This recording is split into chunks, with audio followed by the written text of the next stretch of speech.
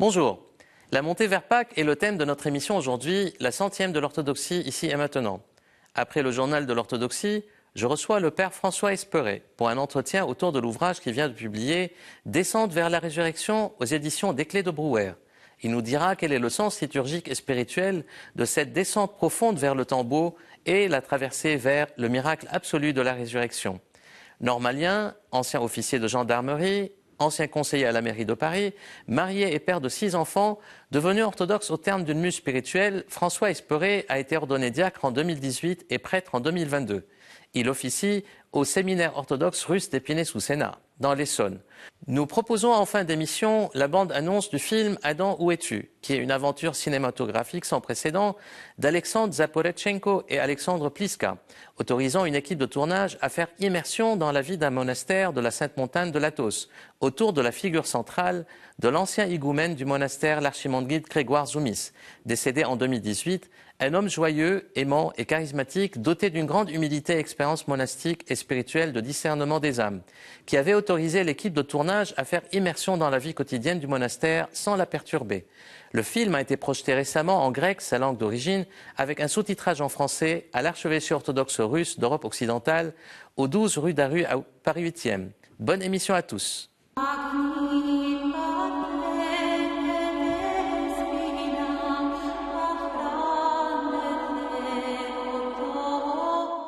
Istanbul, visite irénique de l'archevêque Georges III de Chypre au patriarche Bartholomée de Constantinople.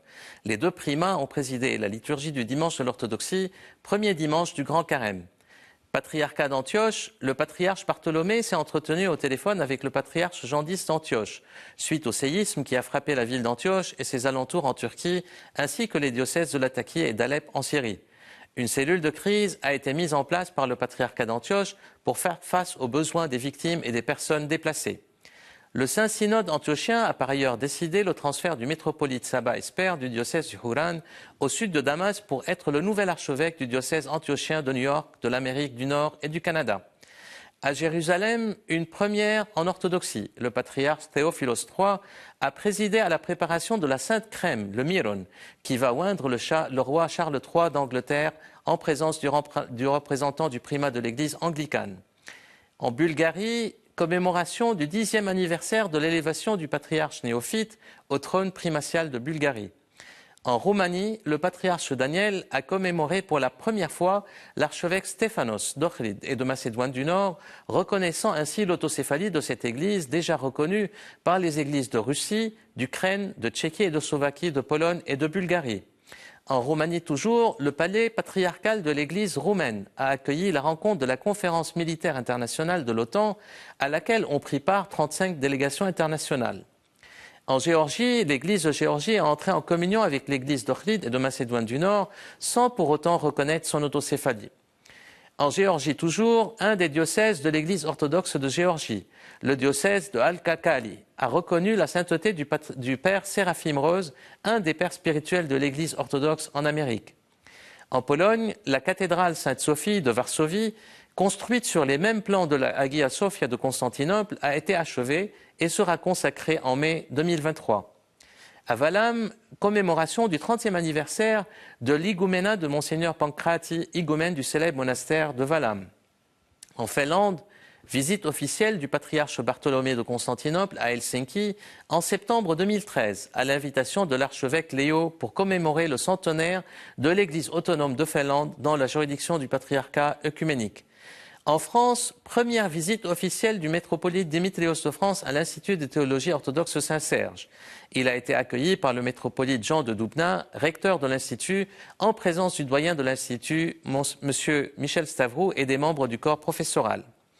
En France, pour la 3e année consécutive, un séminaire de pratique liturgique à destination des prêtres, diacres, chantres et laïcs de toute juridiction est organisé en juillet 2023 par le clergé de la cathédrale Saint-Alexandre Nevski de Paris. En France toujours, décès de Nicolas Baer, grande figure de l'orthodoxie en France, ancien président de la Fraternité orthodoxe en Europe occidentale et fils de la théologienne orthodoxe française de renommée Elisabeth Baer, née en 1907 et décédée en 2005. Publication, sortie récente d'un important ouvrage, Roman de Barlam et de Joe Asaf, aux éditions CERF, de Marlène Kanaan, professeure de philosophie et de civilisation à l'Université orthodoxe de Balamand au Liban, avec la contribution du père Haris Ibrahim, directeur du Centre Saint-Joseph de Damas, pour la conservation et restauration des manuscrits anciens de l'Université de Balamand. L'étude de ce premier roman chrétien est un nouveau témoin de la christianisation de la légende indienne, tout en nous montrant un intéressant brassage des religions et des cultures.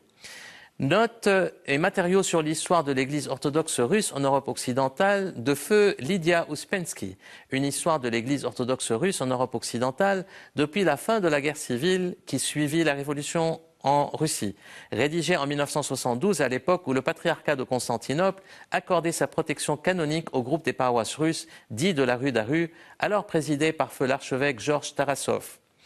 Publication aussi pour ceux qui sont affligés et accablés, l'Apocalypse de Saint Jean aux éditions du monastère de la Transfiguration, une série de conférences de feu l'archimandrite Placide de Seye prononcées au moulin de Senlis à Montgeron en 1991 et 92 sur le thème de l'Apocalypse de Saint Jean. Et tout de suite notre entretien.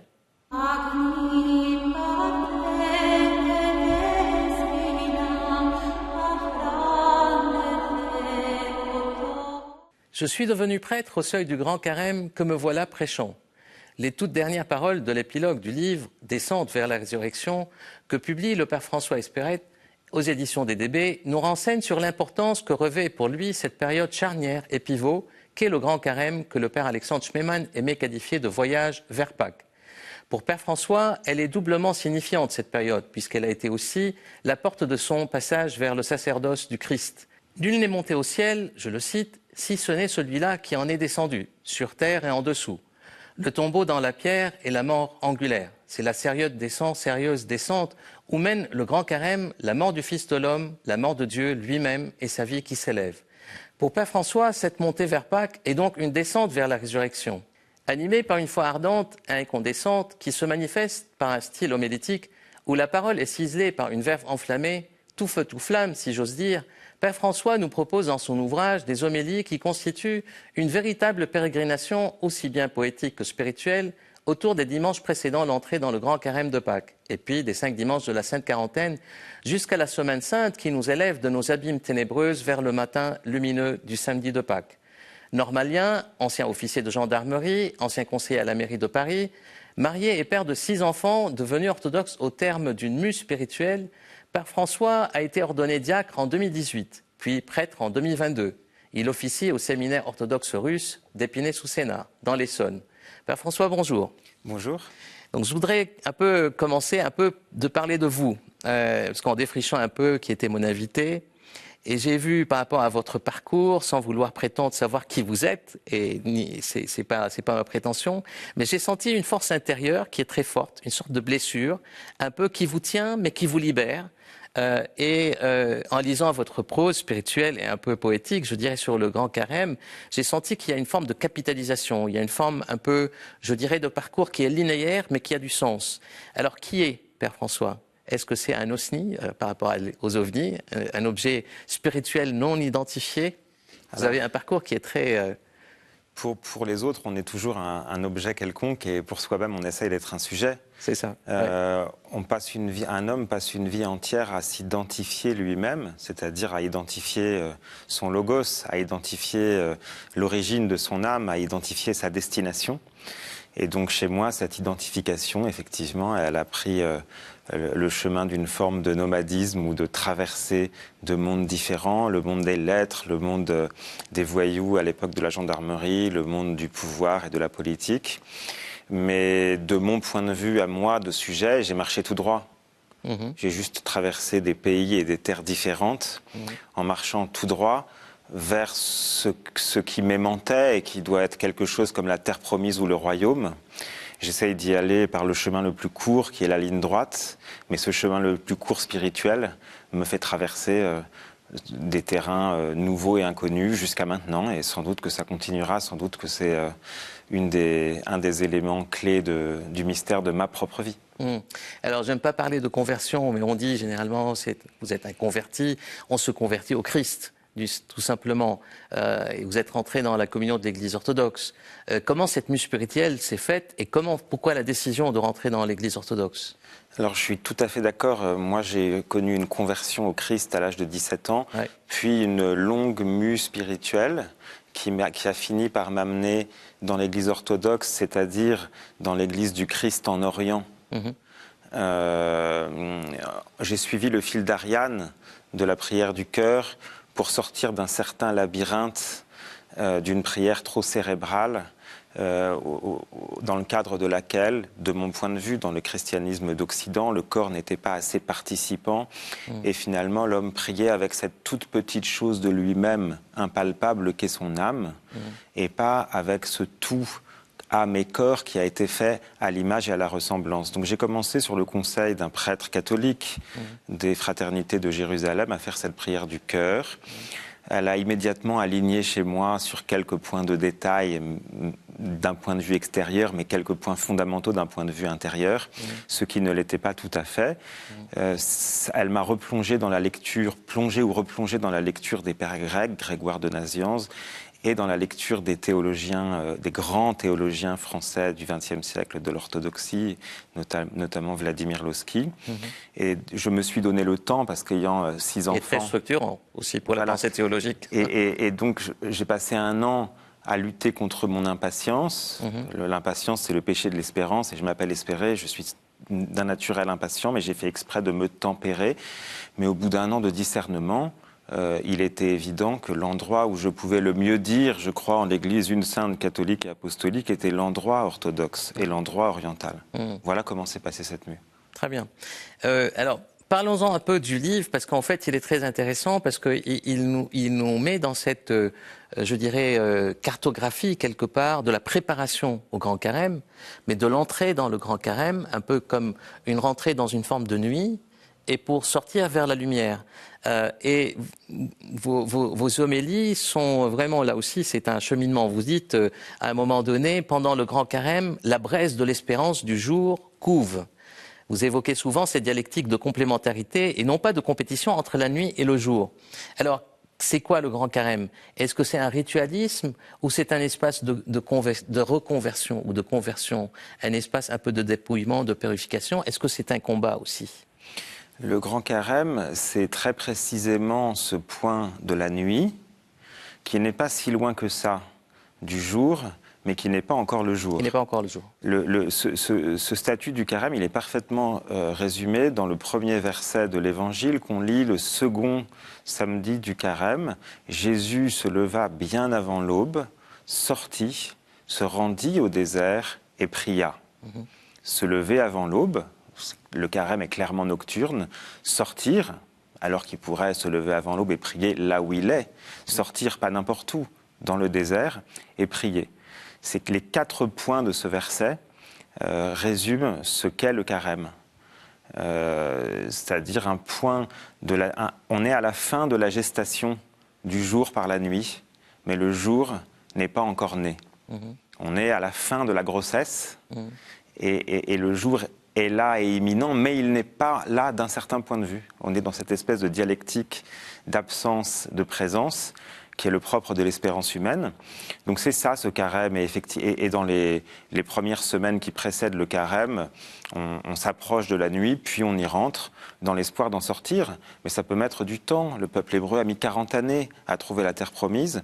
Et ces 40 années étaient nécessaires. Et il a passé 40 années à se perdre et à être tenté, avec des dimensions de combat. Mais je ne suis pas très favorable à l'utilisation des termes du combat spirituel dans le carême, parce que pour moi, le carême est un désert, il doit être un désert, et à l'entrée d'un désert, on doit déposer même ses armes. Et je pense que le meilleur usage spirituel qu'on puisse faire du désert, c'est un dépouillement qui va jusqu'au dépouillement des armes, pour qu'il n'y ait que l'homme, le désert, l'étendue du sable en dessous, le ciel étoilé au-dessus de notre tête, et rien d'autre à faire que d'avancer ou de creuser à la recherche du trésor avec nos mains. Mais c'est en même temps aussi une remise en cause, une remise en question. Je veux dire, on tourne sur soi-même dans le désert aussi, quelque part, pour retrouver, je dirais, le pivot. Et c'est la vraie question, en fait, là aussi, dans le Grand Carême, si j'ose appeler ça le combat spirituel, c'est un peu comment traverser ce désert, parce que l'objectif aussi, c'est de pouvoir s'en sortir. Est-ce que, et quand Père Alexandre Schmemann parle du voyage vers Pâques, c'est-à-dire la destination, elle est claire, mais le moyen pour y arriver qui est important. Alors, est-ce qu'on doit être confiné, des êtres confinés, ou des êtres en communion? Et c'est là l'importance de l'ascèse aussi, mais aussi de l'amour du prochain. C'est-à-dire comment moi j'édifie le prochain et comment il m'édifie. Et ça, c'est aussi une dimension importante du carême, non? Alors, le confinement, c'est quelque chose d'inhérent à la nature humaine. On est confiné parce qu'on est contenu. Et il y a cette dimension d'emprisonnement en soi, mais qui n'est pas une fatalité complète, parce qu'on peut sortir de soi par deux communions différentes. Une communion avec le prochain, qui est le semblable, et une communion avec Dieu. Et le carême, encore une fois, en retirant toutes les mauvaises médiations, nous permet de communier beaucoup plus facilement avec le prochain et avec Dieu. Et à vrai dire, le seul combat qu'on doit mener contre nous-mêmes pendant le carême et dans le désert, c'est de ne pas chercher à emporter tout notre barda habituel, tout notre fatras de certitude, pour aller à l'épreuve de la soif et avoir envie d'être désaltéré par Dieu. Le carême, c'est ces 40 jours, c'est la lettre même en hébreu. Et quand on ajoute le iode divin à côté de la lettre même, on a l'eau, l'eau de la parole de Dieu. Et le rôle de ce désert, c'est de nous donner soif, parce que nous n'avons plus assez soif aujourd'hui de la parole de Dieu.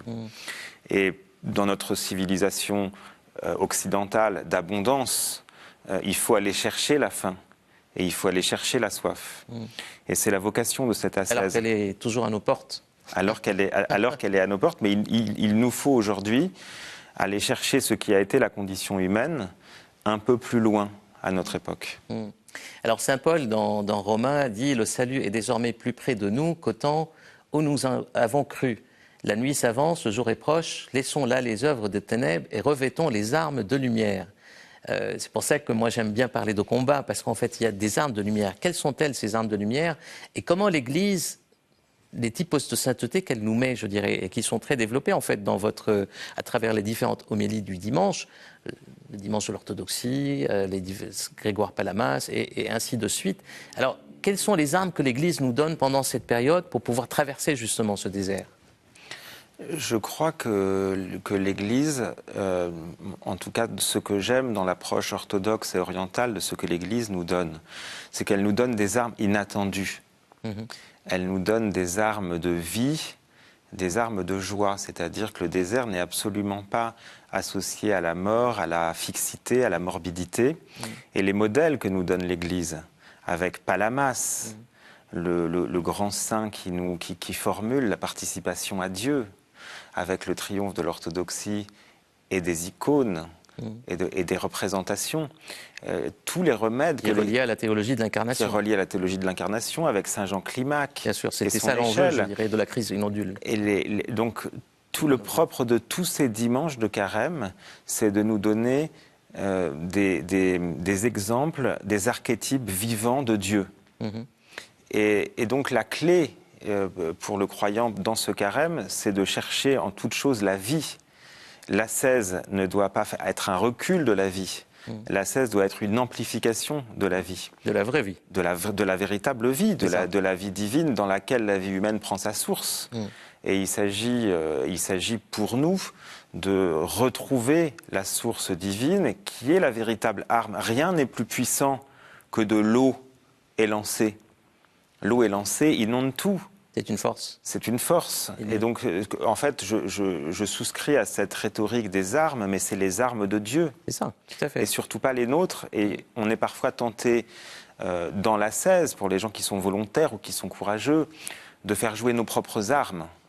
Mais il faut vraiment insister sur le fait que pour que l'ascèse soit vivante de la vie divine et pas vivante de l'effort humain, il faut qu'elle revête les armes de Dieu. Alors, on va terminer parce on arrive un peu au bout de cet entretien qui est très intéressant. Et le livre est particulièrement percutant, je dirais, parce qu'il y a cette dimension à la fois poétique et spirituelle. Mais je vais terminer avec quelqu'un que vous connaissez bien et que vous aimez bien, c'est Jack Kerouac. Qui écrit en 1957 une citation que vous aimez bien reprendre. C'est un auteur américain et vous dites qu'il fut un mystique en même temps, un écrivain, un aventurier. Et il dit « Les seuls gens qui existent sont ceux qui ont la démence de vivre », c'est très beau, la démence de vivre, de discourir, d'être sauvés, qui veulent jouir de tout dans un seul instant, ceux qui ne savent pas bâiller. Et c'est magnifique, moi je trouve, parce que c'est cette dimension-là à la fois d'être mystique, d'être écrivain et d'être aventurier qui est la vraie vie. Oui, j'ai une tendresse très importante pour Jack Kerouac, qui a été un véritable chrétien, ce que peu de gens ont compris en l'assimilant à son expérience de vie un peu atypique. Oui, oui. Ça a été Dès qu'il y a de l'atypique, en fait, on sort des catégories qui sont traditionnelles et on rejette ce qui n'est pas bon non plus. Et en même temps, je crois, pour l'avoir bien lu et pour avoir beaucoup prié pour lui et pour continuer à prier pour lui, qu'avec beaucoup de sincérité, il a mis sa parole humaine, même parfois maladroitement, il a cherché à la mettre en synergie avec la parole divine. Et il ne faut pas oublier que pour Jack Kerouac, qui est l'inventeur de l'expression Beat Generation, le beat était le beat de béatifique, béa, et le beat lié justement le fait d'être vaincu, c'est-à-dire de descendre à la montée vers Pâques. Sa vie a été une longue descente et une tentative partiellement réussie, partiellement ratée de monter vers Pâques, mais c'est un chrétien sans mensonge. Très bien.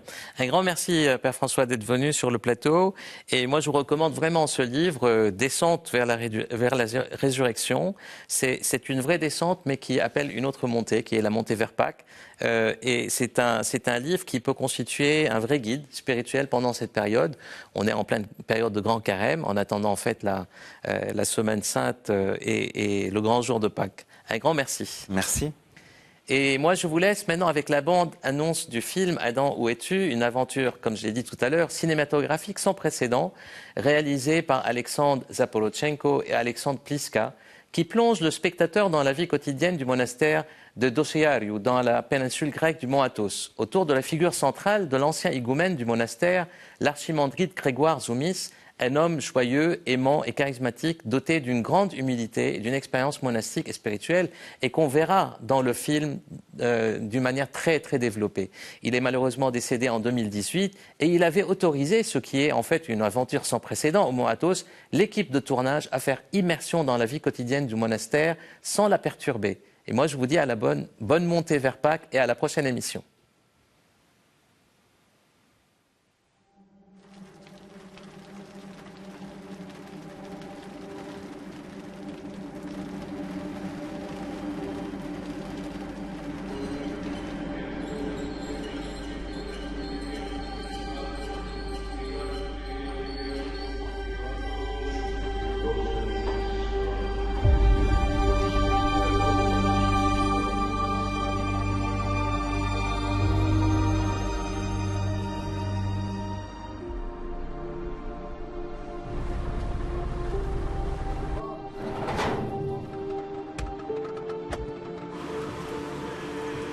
Όλα και όσα είναι καλά παιδιά δουλεύουνε.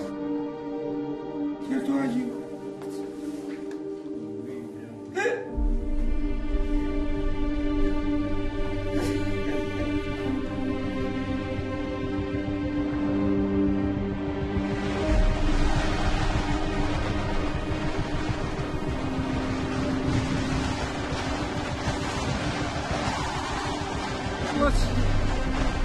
Господи,